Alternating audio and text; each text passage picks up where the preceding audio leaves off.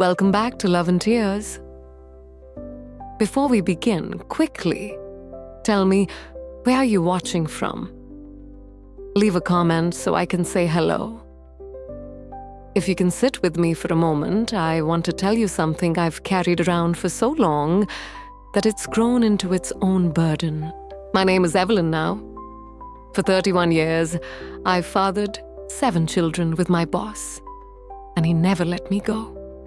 It's a truth I've kept inside, folded up and buried so deep inside that it's like a rock in my belly, heavier than any sack of cotton I've ever dragged across the endless fields around Hartley. People around Ashford call me the quiet woman who lives by the old station. They see me watering my black-eyed Susans, swaying on the porch in the cool afternoon sun. And they smile as if I'm a cute little story, nestled next to the newspaper and the plate of cookies. The women at the Methodist church would clap my hand and say, "Evelyn, what a beautiful blanket you gave us." And their kindness would be as warm as a blanket. They saw only the slow steps and the wrinkled hands. They did not see the girl locked in a cage for 2 days, or the mother learning to soothe her child in a dusty room. They saw only the still water. They did not know the wreckage at the bottom. This town has a rhythm, the high hum of locusts in the sycamores, when the sun won't forgive the smell of rain hitting dry Oklahoma dirt, that mix of dust and life. It's a place of polite nods and how y'all doing at the general store. For years, that ordinary wore like a costume on me, a borrowed dress that didn't fit. I reckon it's time to take that costume off. I'm going to tell you the real beginning, not the version folks whisper about over lemonade, but the one seared into my bones. I want you to know how a life can be taken right out from under you, while the world keeps spinning, how the place meant to be your home can become the prison that matters most. I'm not asking for pity, Lord knows. I've had more than enough. But I need you to bear witness. A secret only dies when it's told. Before the Whitaker farm became everything I knew, there was a different life, small and simple enough to cup in your hand. It was just me and my mama in a clapboard shack that leaned like it had given up on standing straight against the wind. The house always smelled of lye soap and hot starch. Mama, her name was Ruth, took in laundry from the finer folks in Hartley.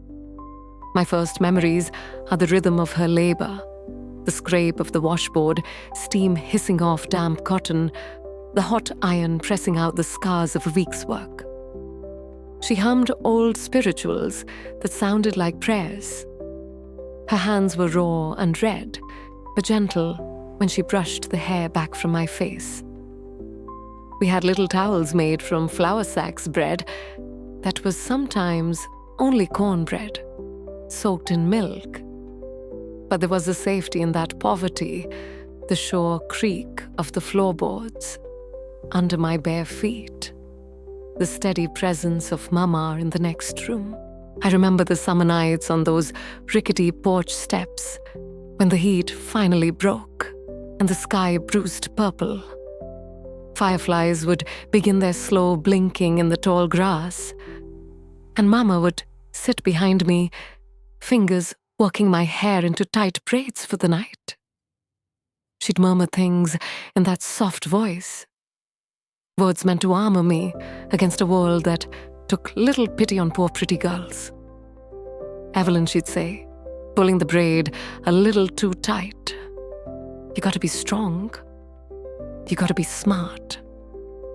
And when you must, you gotta be invisible." At the time, I thought it was only one of those mother sayings. I didn't realize then that it was a prophecy, the only tool she had to give. There were always shadows in her voice when certain names came up. Whitaker was one of those names. I'd hear her talk sometimes with the other washerwomen about a debt. Back then, a debt to me meant owing a nickel at the store. I didn't understand that a man could be a stretch of years. I remember once seeing Mr. Whitaker's truck in town, black shiny and somehow angry, even when parked, and folks moved out of its way, like it was its own weather. I was small when they first started saying my name with pity and whispers. The first time he touched me, I thought it was something I'd done to be noticed, like the way boys at school would shove and laugh, and the teacher would say, "Now behave." I was still a child in Mama's arms then, but there's a slippery place where being small and being seen can become the same thing. The barn was the first place he taught me the rules, how my answers should be soft, how my face should not be a map of what I felt. He told me I belonged to his work, to his house, and somehow to him. He said he would keep me safe. He said he would keep my children. Those promises were like salt. They stung and preserved nothing. 7 children came after that, 7 little lives I held, while trying not to look at the man who built their existence. I learned the hush of kitchens, how to rock a baby, so the floorboards didn't creak too loudly, how to speak in a tone that sounded like it belonged to the world the Whitakers approved of. There were times I thought if I kept my head down and did what was expected, the edges of my life might smooth out. But you can't sew a life back together by stitching over the tear forever. People assumed things about me that were kinder than the truth. They assumed the quiet woman had chosen that quietness. They assumed my porch and my flowers were the reward for a life well lived. They didn't know about the nights I fed my children in a pantry and held their tiny bodies until they were asleep, with the knowledge that the world outside might not ever be tender to them. They didn't know the number of times I went without food, so the littlest ones could eat. They didn't know that the Whitaker name hung over our days, like a weather that could change without warning. There were years when I thought leaving was a thing of books and Sunday sermons. Leaving required money and a name that wasn't already scribbled across you like a brand. Leaving required courage shoved deep past the point. Mama taught, be invisible. How do you vanish when your children's little palms match the hands that took them? How do you walk away when the town's economy and the man's reach are the very fence posts that hold you up? I learned to make small resistances. A piece of bread hidden for a child's lunch. A scrap of conversation with a neighbor that hinted at other ways of living. A furtive visit to the preacher's wife for a bandage, for sewing thread, for a whisper of a plan. There's a particular kind of fear that grows in a house when your life is someone else's ledger. You count days not by sunsets, but by whether he's in town or away. You time your breath to the cadence of his mood so the walls won't remember a wrong step. Sometimes he'd be gentle in front of other folks and cruel in the corners where no eyes were meant to linger. Sometimes his words were promises, sometimes commands. And always, there was the knowledge, this is how it will be, until it's not. And I didn't know which of those two was harder. I want you to understand that my story isn't a single moment. It's a string of moments threaded together. The small humiliations, the quiet kindnesses from strangers, the nights when my hands shook so badly I could barely wipe a child's face. It's the slow, patient theft of a life by someone who never had to account for the cost. But I also want you to know there were things that kept me from being crushed. Ruth's small prayers, the stubbornness of my own love for my children, the soft solidarity of a few women who traded gossip with a tenderness that sometimes became help. People talk about forgiveness as if it's a clean act, like dust settling on a table. They don't tell you forgiveness can be a jagged, complicated thing, something you might give yourself just to keep breathing. I don't stand here to tell you I forgave him. I don't know that I ever did. I stand here to tell you I survived him, and that survival looks different than people expect. Some days, survival is planting a row of sunflowers and watching them prick the sky. Some days, it's laughing at a joke that's been in your head for 20 years. Some days, it's letting your hands be uncalloused enough to feel the warmth of a neighbor's handshake. If you're still with me, I thank you.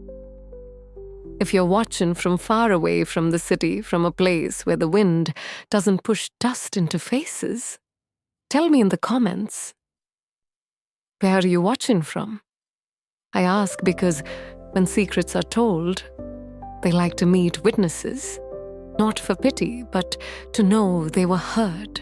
There are pieces of my life I will tell you about later, the time Mama and I almost left the day.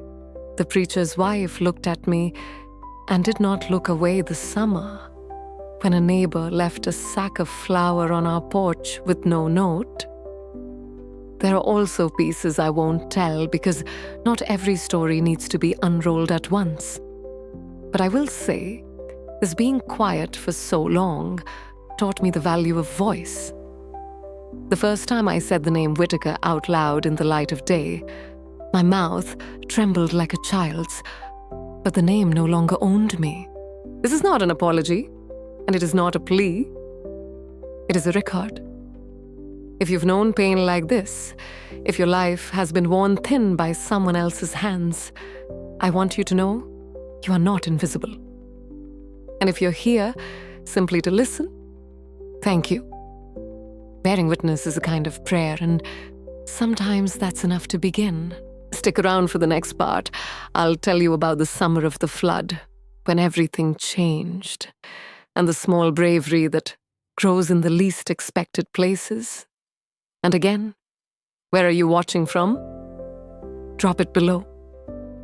I read everyone. She caught me staring, and her hand closed over mine so quick it nearly hurt.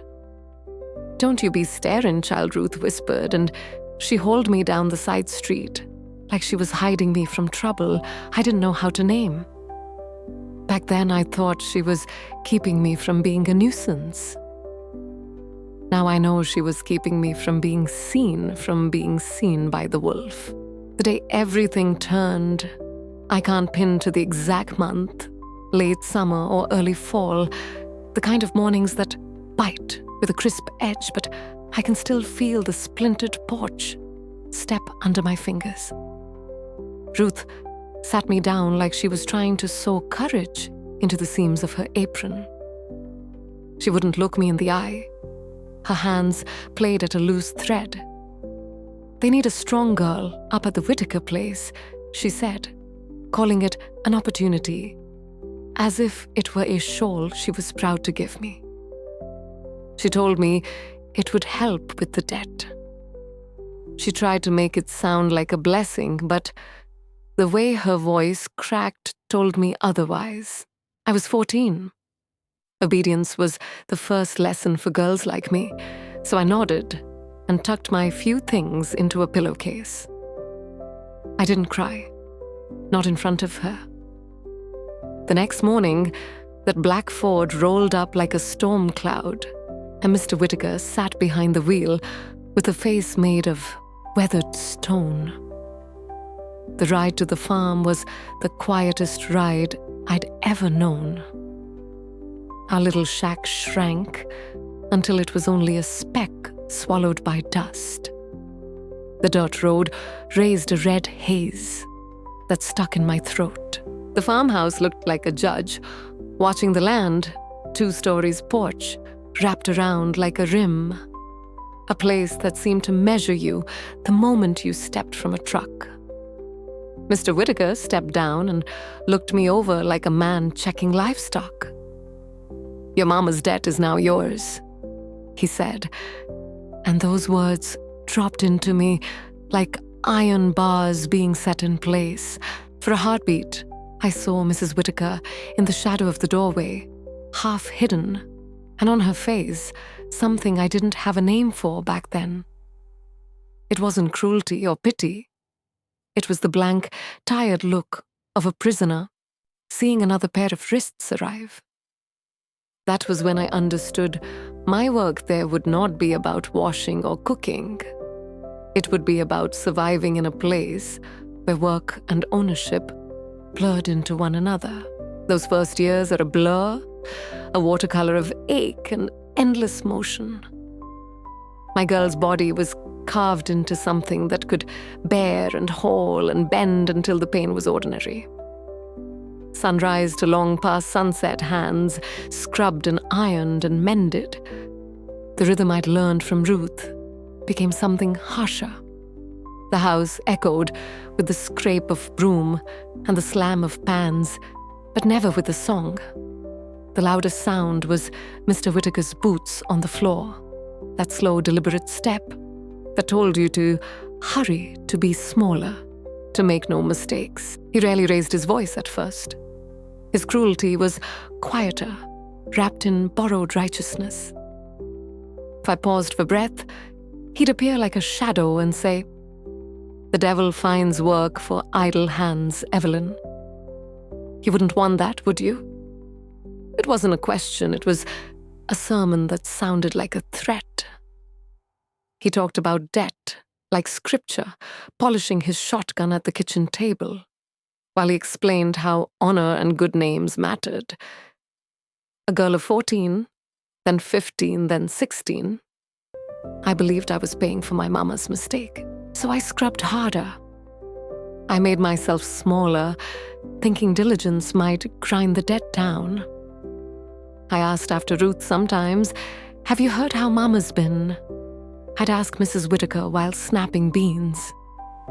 She would only shake her head and stare over the fields. "Best not to dwell on the past, dear," she'd whisper, voice thin as tissue. There's a certain fear that nests in a house when your life is written down like a ledger. You don't count days by sunsets, so much as by whether his truck's dust has settled in the yard. You learn to time your breath to his mood so the walls won't remember a wrong move. He could be a public gentleman, jokes at the feed store, a tip of the hat, but in corners, where no one watched, he could be a different man. Promises slipped into commands. Kindness was often just a new way to bind. My story isn't one sharp moment, but a braided rope of small cruelties and tiny mercies. The quiet kindness of a woman who left a bowl of stew on our step.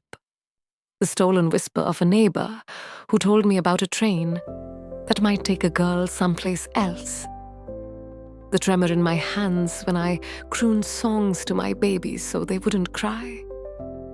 I remember nights when my hands shook so bad I could barely wash a child's face, and mornings I went without. So the littlest bellies were full. People who haven't lived it imagine forgiveness, like dust settling neat and quick. They don't tell you how jagged it can be, how sometimes you forgive just to stop the cold in your chest so you can breathe. I can't say I forgave him. I can say I survived, and survival looks like 1,000 small rebellions, hiding a crust of bread for a hungry child, whispering plans to a preacher's wife, learning to fold my sorrow into quilts that would warm other folks, If you're still here with me, thank you. If this part of the story touches something in you, a memory, a hurt, a quiet sympathy, leave a little mark in the comments, a heart or a line. Your witness means the story stops being only mine. There's more to tell, how Ruth and I nearly walked away once, how the preacher's wife one day met my eyes and didn't turn away. The summer a sack of flour appeared on our porch, anonymous as mercy. I won't lay every piece out all at once. But I will say this, the first time I spoke the name Whitaker out loud in daylight, my voice shook like a child's, and the name no longer owned me. Stay with me for the next part. I'll tell you about the flood that summer and the small, stubborn bravery that rose in the mud. And if you're here, drop a little sign you're listening. I read each one.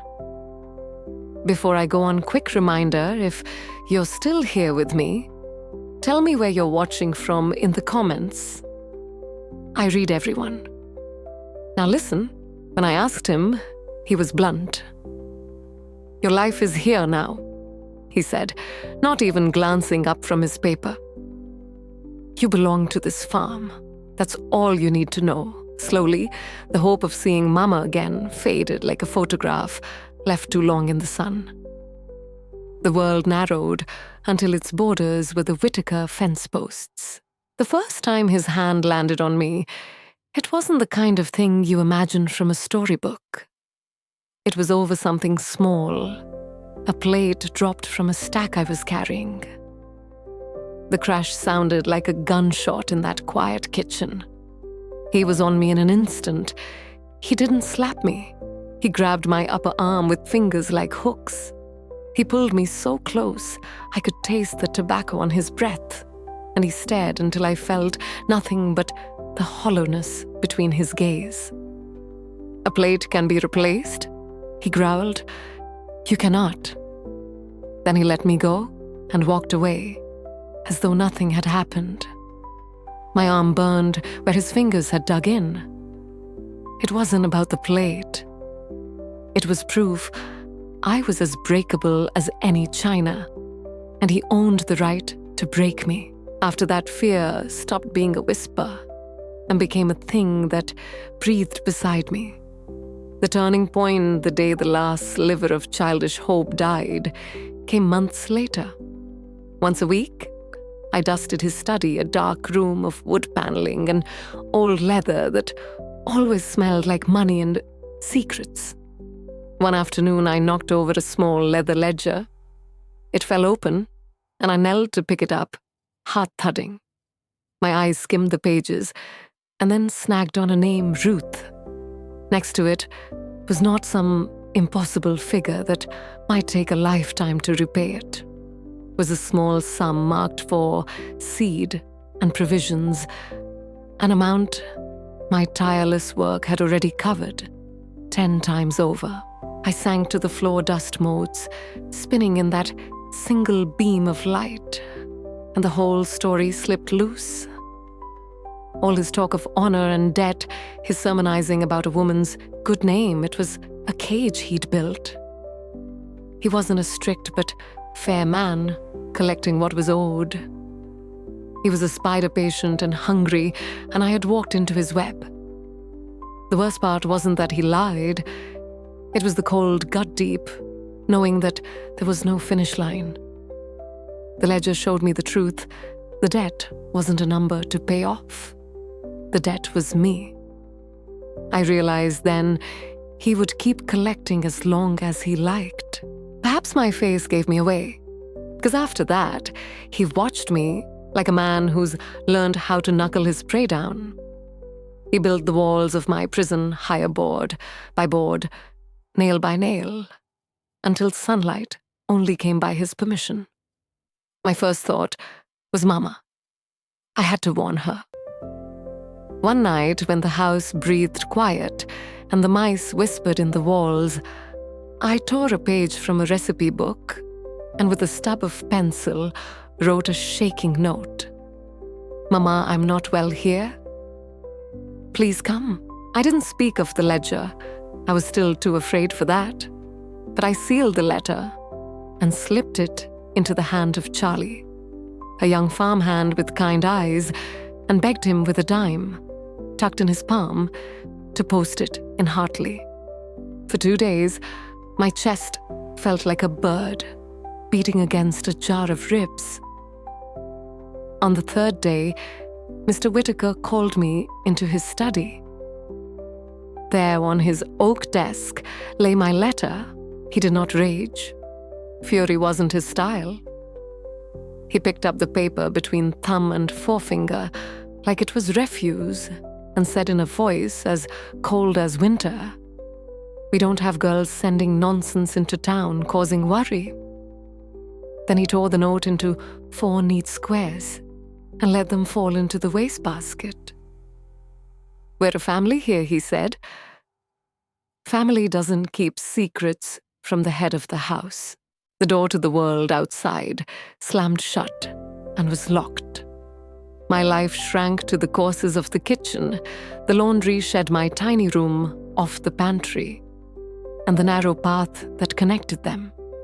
Sounds from beyond a truck on the main road, children laughing, turned into noises from another country. The silence in that house grew loud and watchful, full of things we could not say. When I was alone in the pantry, surrounded by sacks of beans and potatoes that smelled of dry years, I would whisper my own name. Evelyn, I'd say, just to remember the tone of a voice that wasn't his. My last true attempt for help came on a Sunday when the preacher from town came for dinner. His name slips now, Miller or Milner. Ears blur names, but not faces. He was a big man with a round, easy laugh, someone who chuckled at Mr. Whittaker's jokes and fit neatly into the household's theater of respectability. Before I keep going, quick check. Where are you watching from tonight? Drop the town or country in the comments so I can greet you. Your little notes keep this story real. I thought the preacher would be my doorway out. A man of God, surely he'd see past the Sunday smiles and the fine china. Surely he'd see me. All through dinner, I tried to catch his eye, to let my face speak the thing my mouth couldn't. When I set down the slice of apple pie in front of him, my hands were shaking so bad, the plate trembled. The fork slipped from my fingers and clattered to the floor. I bent to pick it up by his feet, and with a voice that felt like it might break in two, I breathed, "Help me." For a moment, his brow knotted. There was a flash of something like thought, and then Mr. Whittaker laughed loud and belly deep. Now Evelyn, she's plumb, worn to a frazzle after all that work. His eyes on me were not kind. The Reverend gave a polite little chuckle, said a small blessing about a dedicated soul, and went back to his pie. The chance slid past like a train you wave at and miss. The door didn't just close that night. It dissolved. I lay on my cot, listening to the crickets preach in the fields, and felt not sadness, but a cold, sharp certainty, utterly alone. The bars of my prison weren't iron or timber. They were Mr. Whittaker's Sunday manners, Mrs. Whittaker's polite, empty gaze, and the Reverend's easy dismissal of a girl's truth in favor of a man's word. In the eyes of the world, I was exactly where I belonged. No cavalry was coming. 17 came and went with no cake, no song, just the same chores, the same silence. But something in the air had changed. It was thick enough to taste. One night I fell into a sleep so heavy it felt drugged, and woke not to a sound but to a stillness. He was sitting on the edge of my cot, a dark shape in the moonlight, saying nothing. A scream caught in my throat and clung there, stubborn and useless. My body knew that screaming would be useless even if my mind wanted it to erupt. That night was the start of the silent war, a battle fought in the dark of my room and the hollows of my own head. Daylight didn't end the war. It made it stranger. At the breakfast table the next morning, he glanced up from his paper and remarked as calmly as if it were the weather, "The coffee's weak this morning, Evelyn." His voice was ordinary. Mrs. Whittaker set a plate in front of him and never once met my eyes. From then on, she learned to look just over my shoulder at some point on the wall, and I learned rules without being taught them aloud. Rule 1, we do not speak of the night. Rule 2, the sun erases everything. Rule 3, the world keeps turning. So I learned to move through my days as if someone else lived in my body. I'd scrub the pots until my hands turned raw, while my mind drifted away, counting floorboards, tracing the cracks in the ceiling, listening to wind rattle the panes like a secret code. I'd become the girl who fetched water-mended socks, kept quiet. It was survival to put my life in a sealed box and pretend the thing inside belonged to somebody else. Sometimes I caught my reflection in a window and didn't know the woman looking back. Her eyes were old and barred. Her mouth was a thin, practiced line. I was 17 then, 18 while 100 years sat in my chest. The thing that finally broke what little fighting spirit I had didn't come from him, but from one of their own, a cousin from Tulsa, a woman in a pretty hat, who came to visit and filled the house with chatter. She found me churning butter in the kitchen and laid a soft, powdered hand on my arm. For a second, my heart leapt. Maybe finally someone with the courage to see me. "You poor dear child," she said in that pitying theatrical voice, and I almost answered. Then she went on praising my good fortune to be taken into such a Christian home, calling Mr. Whittaker a saint for his charity. Charity. The word hit me like a blow. She had looked right at the work and seen only her sermon. She had swallowed the whole story and found it wholesome. That was his genius. He didn't only chain my body. He stole my story and rewrote it as proof of his own goodness, and the town read from his version. I looked down at my churn and felt the last scrap of rebellion fold flat. After she left, a quiet fell over me. That wasn't the house's usual hush. It was the quiet of something finally, utterly finished. If this part touches you, let me know where you're watching from. I promise I read them all. Stick around for what comes next. How a small anonymous mercy found its way to our porch one rain-soaked morning, and how tiny braveries can begin to pile up like stones until something changes. Quick pause. If you're still with me, tell me where you're watching from. Drop a town or country in the comments. I read everyone. All right, listen. The part of me that had been screaming finally went hoarse. I stopped whispering my own name in the pantry. I stopped counting floorboards. I simply existed. Silence became armor, the only place he couldn't reach. I know it's hard to hear that a person can lie down and let the dark take them, but I need to know if you've got the stomach to stay with me. If you're subscribed to Teenage Yuvanuoch, might be brave enough to find out how a silence like that might somehow be broken. When I was 18, my body told me the worst truth. The monthly that had always come like clockwork simply stopped. At first I prayed it was the food, the work, something fixable. Then the morning sickness began, and a heaviness settled into my bones that sleep wouldn't touch. I knew I was carrying him. There was no flutter of joy, only a cold, heavy stone settling in my gut. This was not a child of love. It was another chain, heavier than anything I'd worn before, binding me not only to him, but to the soil of that farm. How could I protect a baby when I could not keep myself safe? When my belly showed, he didn't feign surprise. He looked at the roundness with a kind of farmer's satisfaction, the way a man appraises a prize heifer.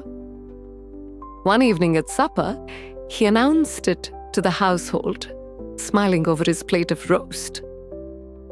"Looks like the Lord is blessing this house," he said. Another soul to raise up another pair of hands for the land. He spoke of my child like a new crop. He would sometimes rest a flat hand on my belly in front of his wife. Maria would turn her face away, her mouth a tight, bitter line. His touch felt like a brand, marking not only me, but the innocent life inside as his property. He twisted the good book into a tool. "See, Evelyn, it is God's will you're part of this family, now tied to the land." My faith, the only thing I thought I had left, became another instrument he used to bind me. Then a sliver of light appeared, or so I let myself believe. The Whitakers' eldest, Claire, came home from boarding school. She moved through the house with a quiet the others didn't have. She kept her mother's sad eyes and left little kindnesses. A glass of milk on the counter, a whispered, "Sit a spell" when I was ill. Those crumbs of decency felt like a feast. A dangerous thought grew inside me. Maybe Claire could be the way out. Maybe she could help me and my child. One night, heart hammering, I found her alone in the parlor. I whispered everything, the ledger, the nights, the choking hopelessness that I needed to leave before the baby came. She listened pale in the lamplight, then took my hand and squeezed it. "Pack what you can," she murmured. "After everyone sleeps, go out the back pantry door. Meet me by the weeping willow at the creek. I'll distract Father. I'll bring money." For the first time in years, something that felt like hope made me dizzy. I bundled rags and, when the house sighed into sleep, slipped into the cool night. I ran clumsy with my new weight across the damp fields, lungs burning, until I reached the willow's curtain of branches. I stood waiting, straining for Claire's steps. Minutes stretched like hours. Then I saw light, not the soft light of a friend, but the harsh sweep of a lantern swinging toward me. My blood went cold. It was him, and a few paces behind him, head bowed, was Claire. She looked down as if she'd been shamed into it. It wasn't an outcry or a public tearing. It was worse because it was a test. He didn't have to shout. Her betrayal cut like a blade. Seeing her there broke something in my chest that no blow could reach. He lifted the lantern to my face and smiled. "Looks like you lost your way, Evelyn," he said. He guided me back to the house, his hand, flat possessive, across my swollen belly. "This one belongs here," he murmured, as if the child were a thing, not a person. That night, I made a vow to my broken self, never hope again. Hope had been a trapdoor. Every time I reached for it, I fell deeper. From that moment, endurance became the law of my life. I kept breathing, kept moving, kept the vow to survive. Another year gave me another child, then another Elias Jonah, and Theo came one after the other. They were bright-eyed and beautiful, and I loved them with a fierceness that frightened me, because that love had to live underground. In daylight, they slept in proper beds in the big house, while I stayed in my cot in the pantry room. I fed them, washed their clothes, hummed them to sleep. But the word mama was never for me. Nothing hurt more than watching them grow and seeing the difference. The Whitaker children basked in praise while my sons got orders and nods. I prayed quietly that they wouldn't inherit my silence. For years, the Whitaker domain ran like a private kingdom. He could not make the rain fall. Drought came one year, then another. The fields cracked and the crops failed. Pride tightened around him like a noose. He would sooner die than let Hollis think he was faltering. In desperation, he brought in outside hands, a small crew of migrant workers, to dig an irrigation ditch. He hired men who were ghosts in town, men with no roots, who would work cheap and disappear. In his arrogance, he thought they were just more tools. He let the world in a crack, and that crack was all we needed. Among them was an old man named Matteo. Weathered and brown from a life under the sun, he rarely spoke. His eyes were deep and steady like still water. He watched without the greedy leer of my master. His gaze was quiet, and in it, I felt seen. He noticed the way I flinched when the Whitaker shadow fell. He noticed little Theo, with his pale hair, a mini-me, and the way my hand trembled when I lifted him. The moment everything shifted, came over something small. My littlest Benji, a toddler, barely steady, wandered toward the ditch while I was wringing laundry. He tumbled and sat crying in the dust. Before my heart finished its lurch, Matteo was there, swift and gentle, sweeping the child into his rough hands and brushing dirt from his overalls. He handed Benji back to me. Our fingers brushed. For the first time in a long while, someone's touch didn't carry ownership or hunger. Matteo looked from my son's face to mine, and he saw me, not the stitched-up version the Whitakers presented to the world, but the woman tucked beneath. Before I continue, where are you watching today? Type your city or country. In the comments, I read all the messages. Now continue. In a voice so low, it almost sounded like the wind. He said, "He has his father's eyes." One sentence, simple, cold, but so heavy it weighed on my chest. The truth that had been silently screaming in the house for so long was suddenly spoken. Matteo made no promises of help. He just held up a mirror to me. For the first time in a decade, I saw myself in it. That night, his words echoed in my small room, a heavy thing I had carried for too long. I thought about my burden. What about the children? For 10 years, I had kept my oath to endure, to bury hope like poison. But his words were like a match in a dark room, barely enough to see the thick bars of the cage, but maybe enough to recognize the lock. Lying in the dark, I had to decide, would I dare burn myself again for a tiny crack of hope? Deciding to rise after years of paralysis was like waking up a hibernating limb full of pins and needles and a strange sense of loss. The next morning, the sun rose over the same cracked earth, but I saw everything with different eyes. Every shadow could be a shelter. Every sound could be an alarm. The only goal was to talk to Matteo privately. But Whitaker was like a blanket, omnipresent. He stood on the porch. He silently watched from the window. Freedom is not a door to be walked through. It is a fortress to be besieged. For 2 days, my heart leapt out of its cage because I thought I had a chance and then saw it disappear. I understood that I could not wait for a gap due to his negligence. I had to create it myself. One afternoon, when I was making lye soap in the backyard, the path the workers used to get to the stream passed through there. I spilled a bucket of soapy water on the path, feigning clumsiness.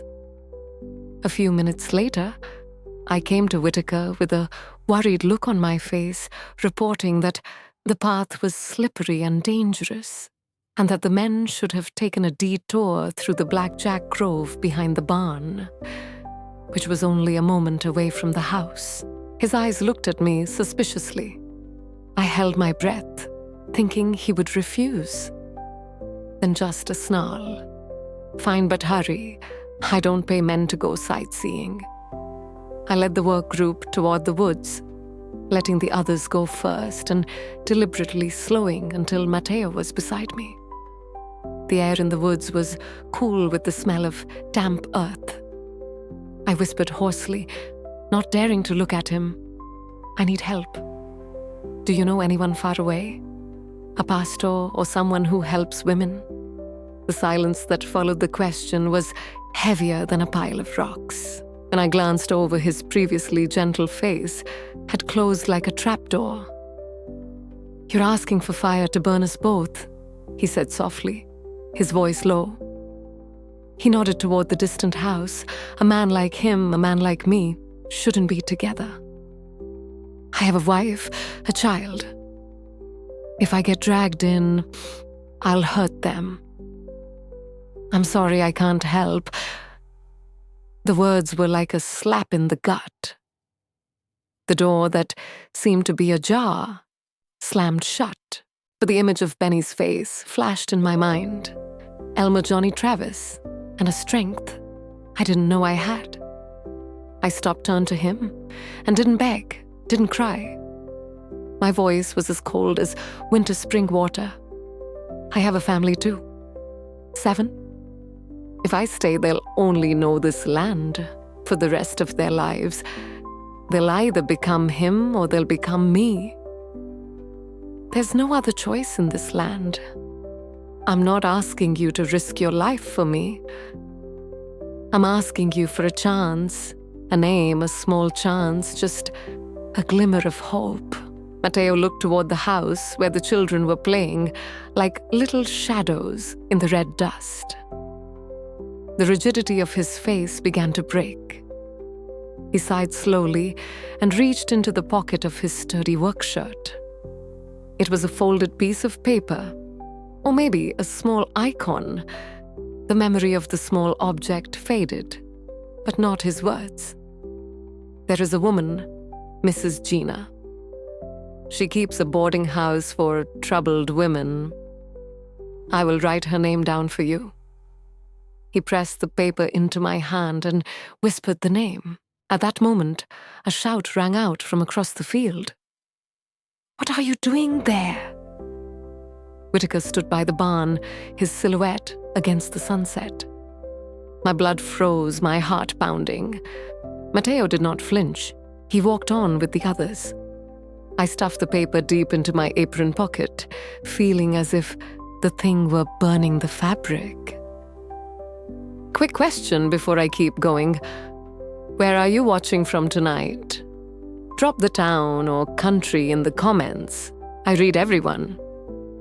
"All right, listen close." I had it. I held the first piece, a name, a place. It wasn't freedom, not yet, but it was the blueprint for it. The moment I tugged that scrap of paper into my apron, it felt heavier than a millstone, a secret that burned in broad daylight. Out in the yard, I was the same Evelyn, head bent over chores, the woman everyone thought they knew.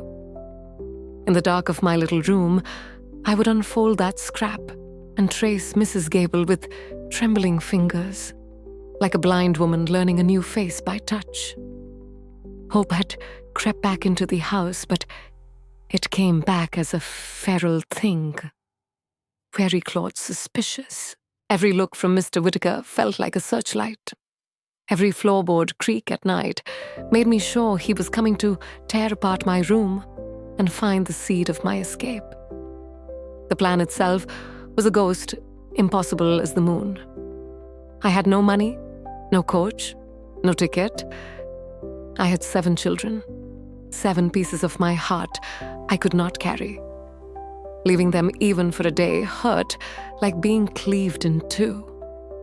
But the thought of leaving them to that life of them learning to be him or learning to become me hurt more. So I made a decision that felt like ripping myself inside out. I would go alone. I would find Mrs. Gable, confirm there was a safe place, and then I would come back for them. God is my witness, I swore I would return. My chance came like a sliver of sky after a storm. Mr. Whittaker had to be away at a cattle auction in Altus for 2 days. A tiny, terrifying window. I needed more than his absence. I needed a diversion so big, his mind wouldn't lock first on my disappearance. That's where the price of freedom began to show its ugly face. My eldest Ilias was nearly a man. He inherited my quiet and his father's fire. He saw the bruises I tried so hard to hide. He was the only one I trusted enough to tell, but I couldn't give him everything to bear. I asked him to make trouble, anything to keep his father busy. When he wrote back in, I asked him to raise a row, to smash something, to give the household something else to hold its breath for. What he gave me was more than trouble. Under cover of darkness, while I was bundling the few things I owned, an orange glow bloomed against the sky. Shouts rose from the main house. The old storage barn at the far edge of the property was in flames. Ilias had lit it. The wind chose that moment to wake and howl. The fire leapt greedily and caught the hayloft, the winter feed, the best of the stock. My diversion had become a disaster. Through the kitchen window, I watched people run buckets, forming a frantic chain from the well. I saw Matteo and the other hands throwing themselves at the blaze. I saw Elias soot black and frantic, fighting like a man possessed. In the chaos, no one noticed me slip out the back into the trees. I had bought my way out with a price that sank straight through my ribs. My son had put himself between me and the fire. I ran until my lungs felt like they would split. When I reached the main road, I turned and saw the farm's roof, a pulsing, terrible heart against the night. Every step toward the road was a step away from my son. I had asked for a path, and God had shown me one paved with ash. I had paid for that escape with my son's innocence. I stood on that hard, empty road, with the fire roaring behind me, and the stars looking on like witnesses. My chest felt split in two. Do I walk toward a ghost of a chance in Lawton? Or do I run back into the flames and the man who could make hell look tame? What kind of mother saves a family by setting her own boy in harm's path? Behind me, the farm was a pulsing orange wound. Ahead of me was nothing but dark and the whispered name of a stranger who might be Mercy. Every part of me wanted to dash back, throw myself at Mr. Whittaker's boots, take the blame, do anything to spare my boy. But then I thought of Elias, Jonah, Theo, and little Benji. If I ran back, Elias' sacrifice would buy one night of safety and a lifetime of the same prison for the rest. The choice came with the cold clarity of a cleaver.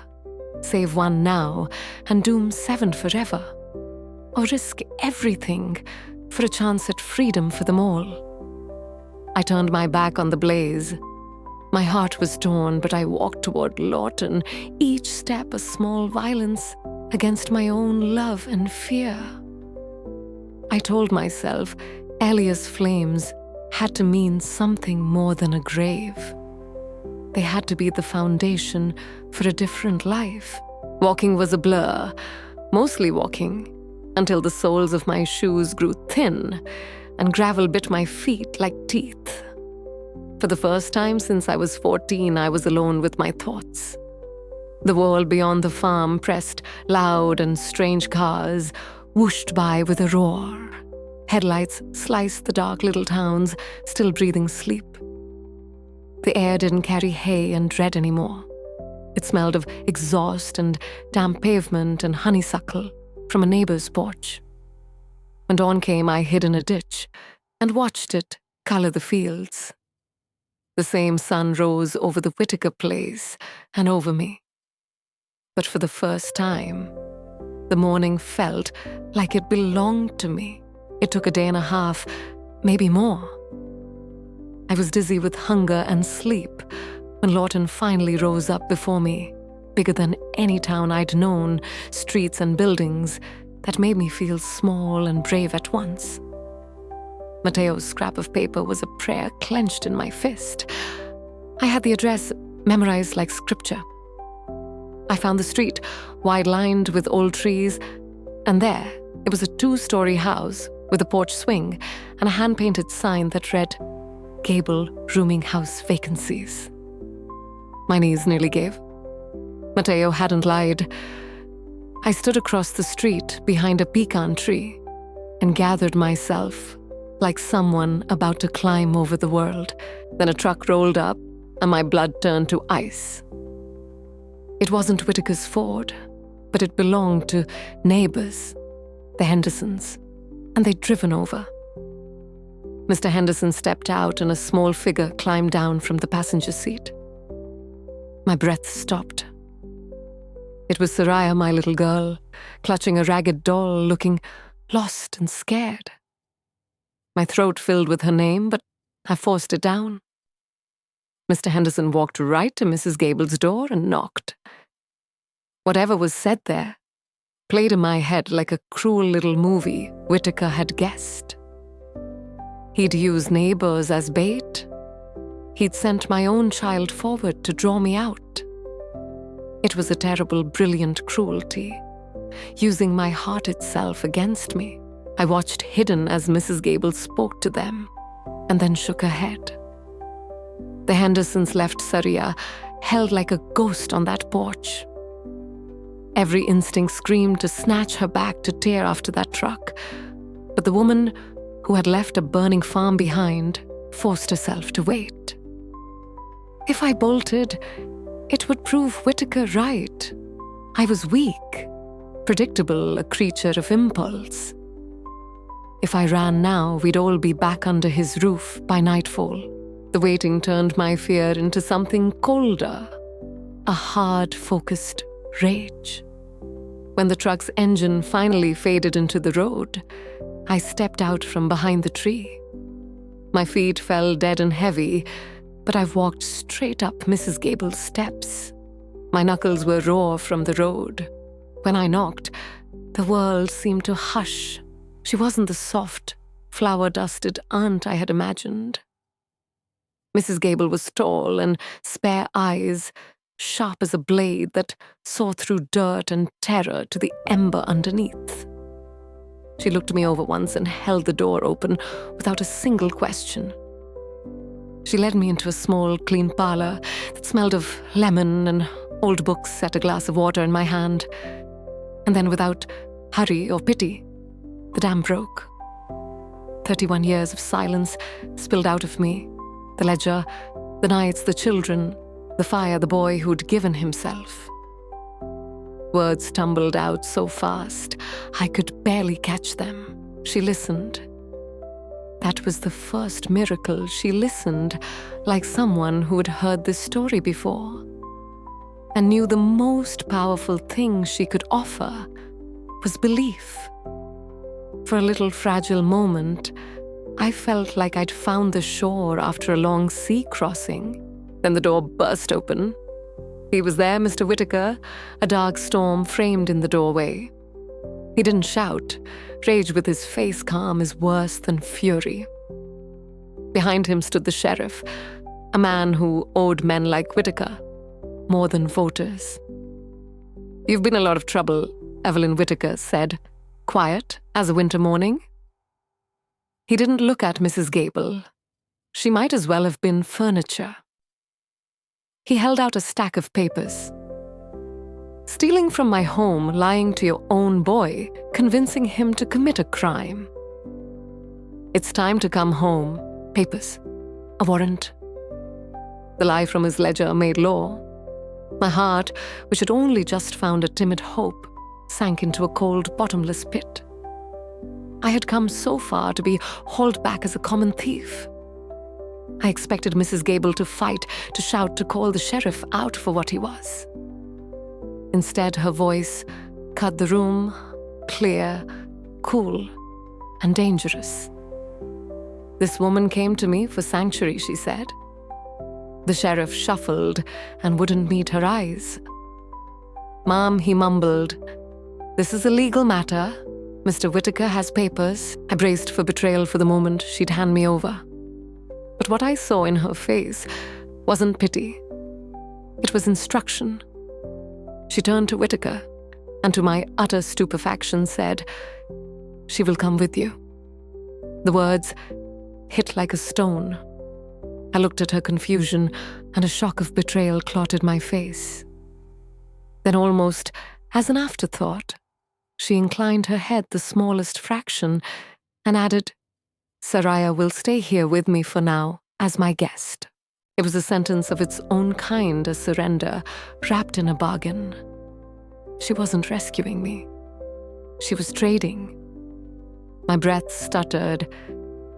There was relief in Saraya's safety and a hard, bitter anger in the knowledge that my daughter would remain behind a stranger's door while I was taken back into the belly of the beast. But Mrs. Gable's eyes held no mercy theater, they held strategy. Whatever plan she had, it was beginning now, and I, raw, broken, and stubborn, was part of it, whether I liked it or not. Before I finish, quick question for everyone watching. Where are you watching from tonight?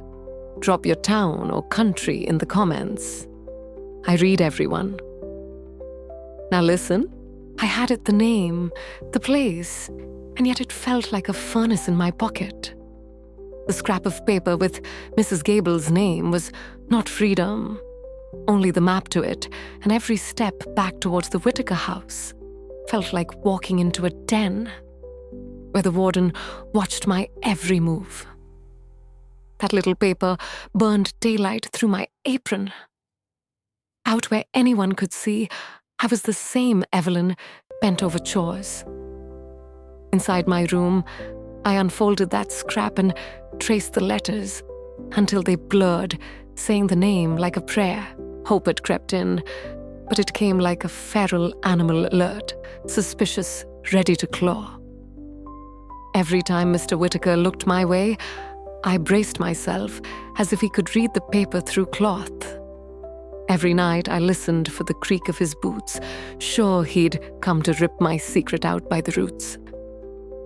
I had no money, no coach, and 7 children anchoring me to the farm, each one a piece of my heart I could not carry. The thought of leaving them even for a day cut sharper than any lash. But leaving them behind to learn to be him or to learn to be me felt worse, so I chose to go alone. I would find Mrs. Gable, see if the place was real, and then I would come back for the rest. God help me, I swore I would return. My window came when Mr. Whitaker rode off to a cattle auction in Altus for 2 days, a thin sliver of sky. I needed more than his absence. I needed a diversion so loud he wouldn't think of searching for me first. I turned to Elias, my eldest, the quiet boy with his father's fire. I asked him for trouble, anything to distract Whitaker. I didn't plan arson, I planned noise. What Elias did was bigger than I imagined. Under cover of dark, while I was packing my few things, an orange glow bloomed on the horizon. The old storage barn at the far end of the property was aflame. Wind that had slept all day woke and fed the fire until it leapt to the hayloft and the winter feed. My diversion had become a ravage. From the kitchen, the house erupted, people forming a bucket line, shouts smoke thick as grief. I saw Matteo and the hands fighting the blaze. I saw Elias, soot dark and frantic, throwing himself into the fight. In that chaos, no one noticed me slip out the back and into the trees. I had paid for my escape with my son's bravery. I ran until my lungs burned, and the farm behind me pulsed like a terrible living thing. Every step toward Lawton was a step away from him. I had begged God for a path. He had given me one paved in ash. On the dusty road, I paused, as if the world itself asked me to choose. Behind me, the fire painted the night orange. Ahead was a dark that held a whisper of a woman's name. My whole body yearned to turn back, to throw myself at Whitaker's feet and take the blame, but I saw my other children's faces small and shining in the dirt, and I knew that one saved night would doom all 7 to the same life. So I turned away. I chose the hard, thin chance of future freedom over the certain refuge of one saved child. Each step broke me, and each step was also a tiny stitch toward something like a future. The world outside the farm felt enormous and strange. Cars roared past towns, slept with porch lights off. Honeysuckle scented a morning that felt like it belonged to me. I walked until my shoes were worn thin. Hunger and a kind of dizziness rattled my bones. After a day and a half, I found Lawton, a place larger than any I'd known, and I followed Matteo's scrap like a map to a thin hope. There it was, a 2-story house with a porch swing and a hand-painted sign, gable rooming house vacancies. Relief nearly buckled my knees. I hid behind a pecan tree and watched, praying for courage. Then a truck pulled up and my blood froze. It belonged to the Hendersons' neighbors of Whitaker. A small figure climbed out, Saraya, my little girl, clutching her faded rag doll, wide-eyed and frightened. My throat wanted to open with her name, but I stayed hidden. Whitaker had used her as bait, or the neighbors had willing or not to draw me out. Watching my daughter stand on that porch felt like his cruelest trick, using my own heart to lure me back. Mrs. Gable spoke with them, then shook her head, and the Hendersons drove away. Saraya remained as if she were a ghost, waiting on their step. Every bone in me wanted to snatch her up, to run after that truck and tear her out of the world Whitaker had made for us. But the woman who had walked away from a burning home forced herself to wait. If I ran, it would prove Whitaker right. I was predictable and weak. I steadied myself, waiting until the truck's engine faded. Then I stepped out from behind the tree and crossed the street. Mrs. Gable was not a soft aunt with flour on her sleeves. She was tall and spare, sharp-eyed, and steady. She opened the door without ceremony and led me into a small parlor that smelled of lemon and old books. She put a glass of water in my hand, and then without fanfare, she listened. 31 years of silence poured out of me. The ledger, the nights, the children, the fire, Elias's sacrifice. She listened like someone who knew that for a woman like me, the first medicine is to be believed. For a brief shaking moment, I felt safe. Then the door flew open, and there he stood, Whitaker, filling the frame like a cloud of menace. Behind him was the sheriff, a man who'd done Whitaker's bidding for years. He didn't need to shout. His calm was the thing that owned rooms. "You've been a lot of trouble, Evelyn," he said softly, and he held up a stack of papers. stealing, lying, convincing your boy to commit a crime. It's time to come home. He had brought law with him, the ledger's lies made official. My hope sank into a well of cold panic.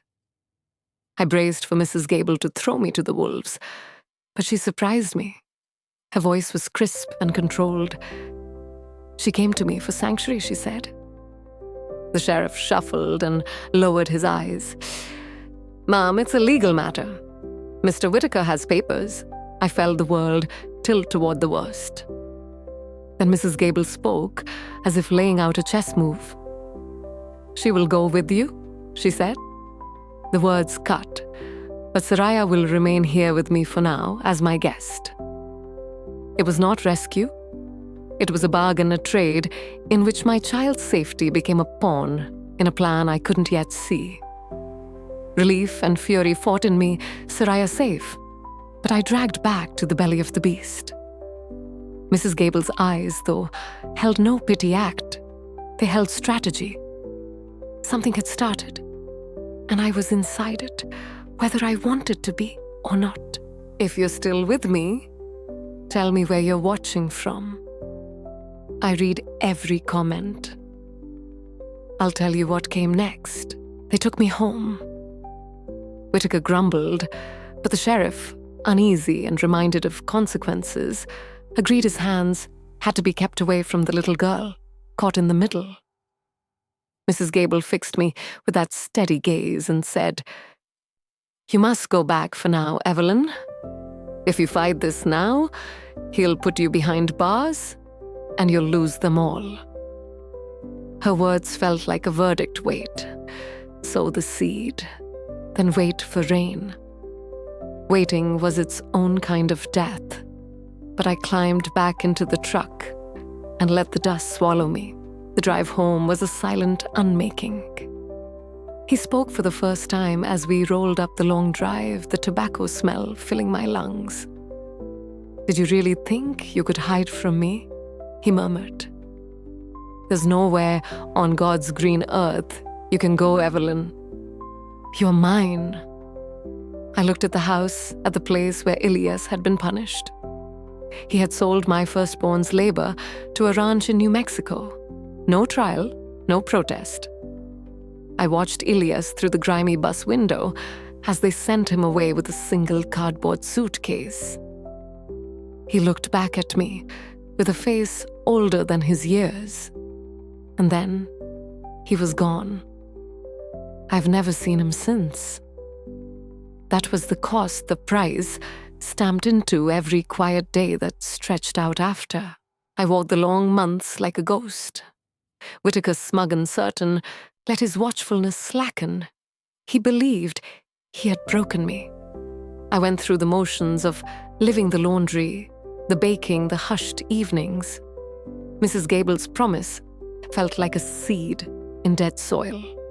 Then one clear October Tuesday, while I was stirring a pot of apple butter and the kitchen smelled of cinnamon, a car came up the lane. Then another. City cars. From them stepped a small army, 5 or 6 women in sensible shoes and Sunday hats.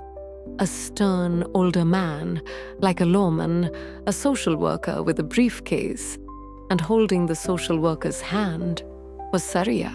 Whitaker came out confusion, and something else, disbelief, written wide across his face. He had always believed himself to be a god on his land. He did not expect an army of church ladies and a retired state trooper and a social worker to show up on his lawn. Mrs. Gable had not gone to the sheriff, whose pockets Whitaker lined. She had gone up and out the Methodist Women's Auxiliary of Western Oklahoma friends, from church and people who could not be easily bought. They didn't come to discuss. They came to act. Under their steady light, his threats shriveled. Faced with citizens who knew the truth, his pale, quiet cruelty looked small and ridiculous. 2 months later, he was dead. The doctors called it a heart attack, but I know what it was: shame arriving like a hammer. When the farm was partitioned, there was no fortune and no apology. But we got what we had yearned for so long, freedom. I live now in a modest house in Elk City. On my wall are 7 photographs, some browned at the edges, some bright with new life, Elias, Jonah, Theo, Benji, Saraya, Luke, and Nellie. Across my knees lies the quilt I've been stitching since those stolen moments in my pantry. Each patch is a memory. Each stitch is a prayer. People ask me why I didn't leave sooner, why I didn't fight harder. They don't understand that for a woman like me in a place like that, freedom isn't a door you kick open. It's a quilt you piece together, scrap by scrap, day by day, from what you can steal back. You sew it with pain, with courage, and with the stubborn belief that God hasn't forgotten you. A life taken can be reclaimed thread by painful thread. If this story touched, you pass it on to someone who needs to know that violence is not the final chapter. Speak up for those who can't yet. Subscribe to Tinch Yuva Nuokmat. If you want more stories like this, the quiet ones that need witnesses, tell me in the comments where you're watching from. I read every single one. I'm still here stitching my life back together, and I want to know how far a quiet woman's story can travel.